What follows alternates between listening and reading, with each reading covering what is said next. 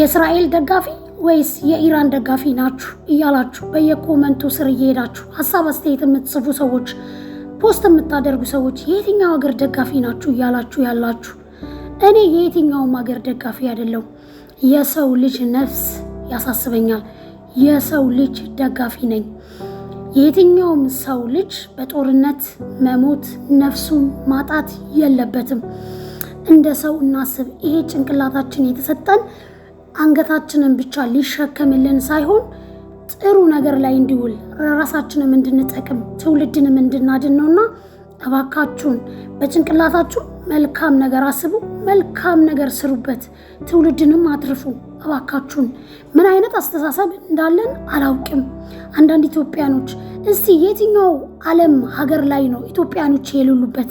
ኢራን ላይ ኢትዮጵያ የለም? እስራኤል ላይ ኢትዮጵያ የለም? ኢትዮጵያኖች ባይኖሩስ ራሱ እየሞቱ ያሉት የሰው ልጆች አይደሉ? የሰው ልጅ ነፍስ አያስጨንቃችሁ? የሀገር ጉዳይ ነው የሚያስጨንቃችሁ? እስራኤልም ሀገር ያለው የሚሞተው ሰው ነው። የምታለቅሰው እስራኤል ሀገር እናት ናት። የኢራንም የምታለቅሰው እናት ናት። ሕፃናት፣ አዛውንቶች፣ አሮጊት ሁሉም የሚሞቱት ሰው ናቸው። እየጠፋ ያለው የሰው ልጅ ነፍስ ነው። የሀገር ጉዳይ ነው አያሳስበኝም። የትኛውም ሀገር ይሁን ማን አሸነፈ ማን ተሸነፈ አይደለም የጦርነቱ ጉዳይ። እንዴት ነው የምታስቡት? አንዳንድ ሰዎች ይሄ ሚሳኤል ከሰማይ እየወረደብን እሳት እየተወረደብን ራሳችሁን ጠብቁ የምትሉ ሰዎች ደግሞ ታሳዝኑኛላችሁ። ራሳችንን እንዴት እንጠብቅ? ዝናብ ነው እንዴ ከሰማይ እየወረደ ያለው? ጥላ እንያዝ ላያችን ላይ። ጥላ እኮ አያስፈልግም እግዚአብሔር ካልጠበቀን በስተቀር። የትኛው የዓለም ሀገር ላይ ነው ኢትዮጵያኖች የሌሉበት? ሁሉም ሀገር ላይ እኮ ኢትዮጵያኖች አሉ። እስራኤልም ሀገር ብትሉ ኢራን ብትሉ ባይኖሩ ራሱ ማለት ነው እየሞተ ያለው እኮ የሰው ልጅ ነው። እግዚአብሔር በአምሳሉ የፈጠረ ድንቅ የእጆቹ የጥበብ ስራዎቹ። እኛ እኮ እግዚአብሔር በምድር ላይ እስካለን ድረስ ኑሩ እስካለን ድረስ መኖር ነበረብን። ነገር ግን የሰው ልጅ ራሱ ሰው ነው እያጠፋ ያለው። ጦርነት በጣም ከባድ ነው። ጦርነት አስጠሊታ ነገር ነው። ጦርነት ሰቀቀን ነው። እናንተ በጉልበታችሁ በራሳችሁ መከላከል የማትችሉት ነገር በጣም ከባድ ነው እግዚአብሔርን እና እባካችሁ እንደዚህ አይነት አስተሳሰብ ያላችሁ ሰዎች ከእንደዚህ አይነት አስተሳሰብ የወረደ አስተሳሰብ ውጡ። ከአንድ ጤነኛ አስተሳሰብ የሚጠበቅ አይደለም። እኔ የኢራንም የኢራቅም የምንም የእስራኤልም ደጋፊ አይደለም። የምንም የሰው ልጅ ነፍስ ግን ያሳስበኛል። የሰው ልጅ ደጋፊ ነኝ። የትኛውም የሰው ልጅ ነፍስ በጦርነት መጥፋት የለበትም። አሰቃቂ ነው ጦርነት።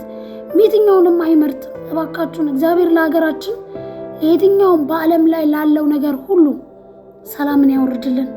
ፍቅር፣ ሰላም ለሰው ልጅ በሙሉ። ሰውነት ይቅደም። ልጄ ሆይ ሰው ሁን ብሏል እግዚአብሔርና ሰው እንሁን። ሰውነትን አስቀድሙ። እውነት እግዚአብሔር ብቻ ሰላምን ያወርድልን እንጂ ይሄ ሶስተኛ የዓለም ጦርነት ካለ አንተም እኔም በያለንበት እንደማይቀርልን ታውቃላችሁ። አንዳንድ ጊዜ እንደ ሀገር ሳይሆን እንደ ሰው በቃ ሰው ብቻ መሆኑ የሚጠበቅባችሁ። ይሄ እንዴት እንደሆነ አላውቅም። እኔ እግዚአብሔርን ነው የምላችሁ። እኔ አንዳንድ ሰው አስተሳሰብ ጌታን በጣም የሆነ እንድመሰጥበት ነው የሚያደርገኝ። ታውቃላችሁ የአንዳንድ ሰው አስተሳሰብ እንዴት ቢያስቡ ነው ገና የሀገር ጉዳይ የእስራኤል ደጋፊ ናችሁ የኢራን ደጋፊ ናችሁ ብላችሁ የምታወሩ ሰዎች የትኛውም ሀገር ብትደግፉ የእስራኤል ሀገር የምታለቅሰው እናት አታሳዝናችሁም? የኢራን እናት አታሳዝንም? ሕፃናቶች አዛውንቶች ሲሞቱ አያሳዝኑም? ንብረት ሲወድም አያሳዝንም? ምን ትርፋማነት አለና ከጦርነት ምንድን ነው ትርፉ? አስባችሁታል ጋይዝ? እስቲ የእውነት ከጤነኛ ሰው አስተሳሰብ እንደዚህ አይነት ይጠበቃል? እኛ ኢትዮጵያኖች ደግሞ ብሄርንበት ማሽቃበጥ በቃ የወረደ አስተሳሰብ ይዘን ስለ እውነት ተው። ስለ ሰው ልጅ ተጨነቁ። ስለ ሰው ነፍስ ያስጨንቃችሁ። ይሄ እግዚአብሔር ስለፈጠረው ስለ ሰው ልጅ ሰው እንሁን ሰው ሁኑ ብሎ ፈጥሮናል አይደል? እግዚአብሔር ሰው ሆነን እንለፍ፣ ሰው ሆነን እዚህ ምድር ላይ እንኑር ፕሊዝ። ምን አይነት ጉድ እንደሆናችሁ እግዚአብሔርን አላውቅም እኔ እና እባካችሁን እንደዚህ አይነት ሀሳብ አስተያየት የምትጽፉ በየቪዲዮ ስር ኮሜንት እየሄዳችሁ የምትጽፉ ሰዎች ኦ ማይ ጋድ እኔ በጣም ነው የምታሳዝኑኝ። እግዚአብሔርን ምን አይነት አስተሳሰብ ያላቸው ናቸው? ከየትኛው ማህበረሰብ ነው የወጡት? እንዴት ነው ማለት ጭንቅላታችንን እንዴት ነው የምንጠቀመው? ለምንድን ነው ለቆሻሻ ለመጥፎ ነገር ብቻ ማለት የሚወቅሳችሁ ህሊና የላችሁ? ዝም ብላችሁ ያገኛችሁትን ብቻ በቃ መዘባረቅ። ይሄ ማስተዋል የሚባል ነገር የለም። ጭንቅላት ለምንድን ነው ቆሻሻ ነገር ብቻ የምታስለምዱት? መልካም ነገርን ማስለምዱት። የምሬ ነው የምላችሁ። ለሆዳችን በአፋችን ምግብ እንደምናስገባ ሁሉ መልካም ነገሮችን ለጭንቅላታችን መመገብን እንልመድ ፕሊዝ። ለራሳችንንም ከንቱ ሆነን እግዚአብሔርንም አሳዝነን አንለፍ።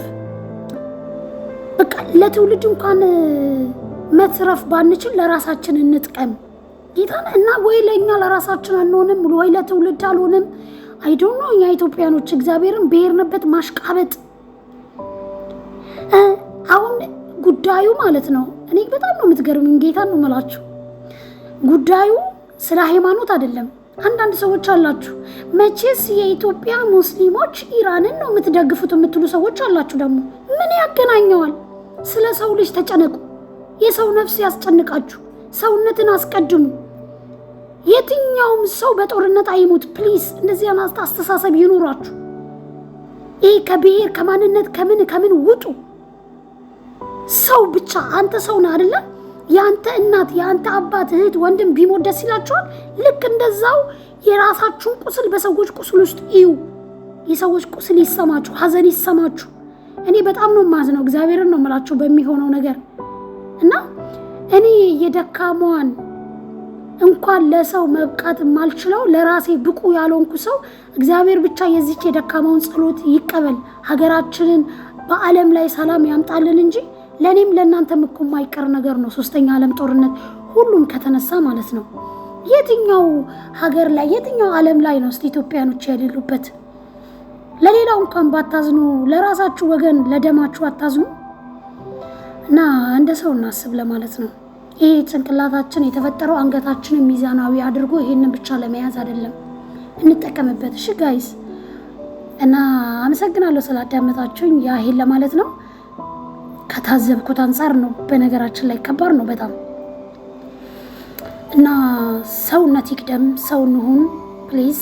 በምንም አይነት ሁኔታ ውስጥ ስትሆኑ ሰው መሆናችሁን አስቀድሙ። የኢራንም እናት ስታለቅስ አዝናለሁ፣ የእስራኤልም እናት ስታለቅስ አዝናለሁ። የሁለቱም እንባ ነው፣ ያሳዝናል። እኔ የሰው ልጅ ደጋፊ ነኝ እንጂ የሀገር ደጋፊ አይደለሁም። አመሰግናለሁ ስላዳመጣችሁ በድጋሜ ማለት ነው። ሰላም ፍቅር ለሰው ዘር በሙሉ። ሰውነት ይቅደም። ልጄ ሆይ ሰው ሁን። ሰው ሆነን ተፈጥረናል። ሰው ሆነን ኖረን እንለፍ። ሰው እንሁን።